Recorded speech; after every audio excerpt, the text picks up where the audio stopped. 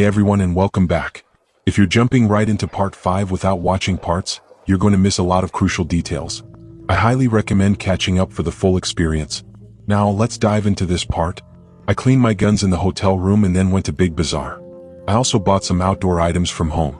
In case I see and stay at the hotel, I filled 2 big water tankers with 5 gallons of propane and 10 gallons of gasoline. I also kept a full bottle of Blender, Sprite whiskey and some other items with me. If I have to wait for him, Xavier will do anything with a plan to pass the time. If the person he wants to drop me off doesn't have that much time, that's why I want to wait for him in advance. I stopped at the bank for petrol in my car. As soon as that was done, I left for the spot. When I went there it was 11 p.m. I sent Xavier a message 2 days ago. I knew that he would meet me at Nandi Hills. He would go there before I saw the place. The spots are very high to see if the shooting is suitable or not.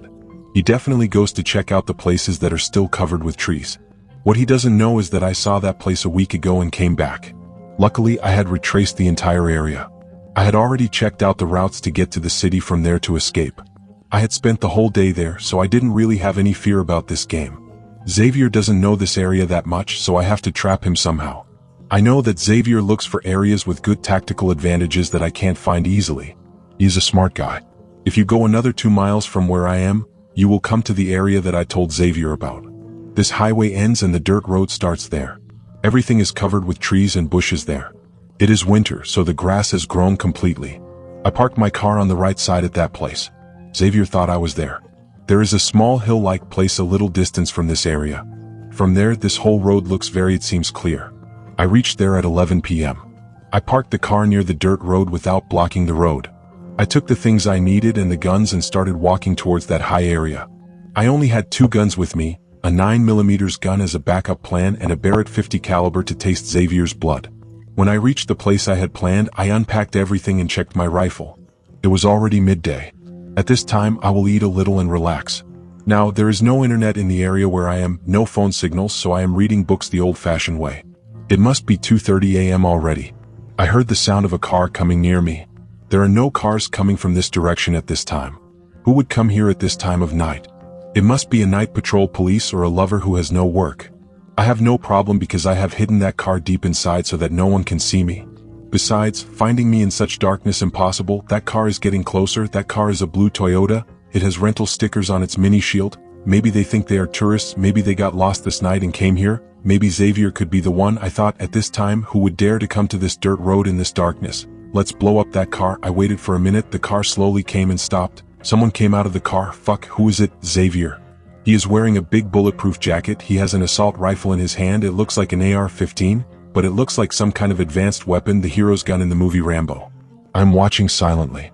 While waiting, he is putting the gun on the car and tying the bulletproof jacket to shoot. That's it. I shot. Shit, I missed. After cleaning the gun, the scope reset. I forgot to do that. I changed the location on that hill and reset the scope and was looking for Xavier. Xavier was now hiding behind the rocks near the car. Those rocks were blocking my scope. Xavier slowly came out of those rocks and slowly came into my scope. I set the scope perfectly and I liked the sound of this gun. My bullet hit Xavier's knee. Xavier's leg was separated from his body due to the impact of the bullet. What did Xavier do to the gun? I shot him 3 times. The gun was completely damaged. I went to Xavier. When I went there, Xavier was looking at me with a mixed emotion of shock and pain on his face. I tied a cloth around his leg and quickly searched his entire body for a weapon. He still had the 9mm with the silencer that shot me in the beginning. I gave him a painkiller injection to keep him alive for a little longer. I gave him this PI shot. I didn't want this journey, which seemed a bit cruel, to end so simply. I went to his car and sat him in the front seat so that I could see him. I took the bottle of whiskey and asked him if he wanted it. He immediately grabbed the whiskey from my hand. I put the propane tank and gasoline tanks in the car. I drove for about 45 minutes. He was already awake. He was enjoying the whiskey very much. He kept drinking without stopping. Now the road in front of us was straight and took a sharp right turn at the end. Only a small metal railing separated the road from a 1,300-foot deep valley. I saw a big rock nearby. I started pouring gas all over the inside of the car. Xavier poured it on the road as well. Xavier sat with his eyes closed and didn't say anything. I went to him and asked him, "Do you want a quick, painless death or a late, painful death?" He looked at me, smiled and said, "Quickly." He drank the rest of the whiskey in the bottle. He got drunk and said something I will never forget in my life. I didn't want to die right away, but this game you played, Xavier, as soon as I told him the address, he looked at the entire area and made a plan. I understood that he understood that I didn't play this game fairly. He put his head out of the window and looked at the sky and shouted, "Do it, turn on the car, get out of here." I was surprised to see him. I put the stone on the accelerator and set the car on fire. I put the car in drive mode. The car went much faster than I thought. It hit the metal railing and fell into the valley. All this happened in 4 or 5 minutes. Immediately I heard an explosion. First 1, then 2, then 4, 5, 6 fuel tanks exploded at once. The heat reached me here. I walked to my car, cleaned the area and went to my hotel. I wanted to tell myself that this story is over, but I couldn't. It has been 6 days since I killed Xavier. Something is new. I don't know if all the events that are happening by accident or if someone is doing this on purpose, but they are all happening the same way. All these events are taking me to the same place. I am coming towards the website where I originally hired Xavier and they are stopping. Since then, I have a feeling that everyone is looking at me.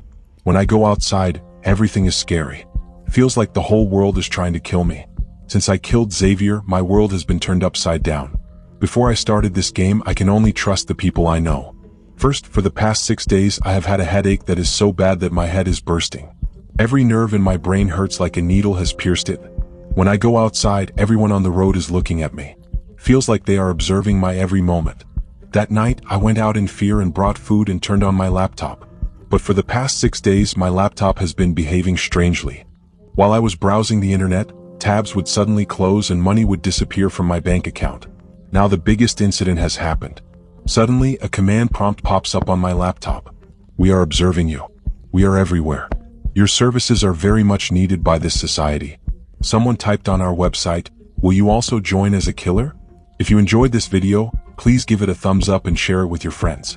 Don't forget to subscribe to the channel and click the bell icon to be notified of future uploads. Thanks for watching and I'll see you in the next one.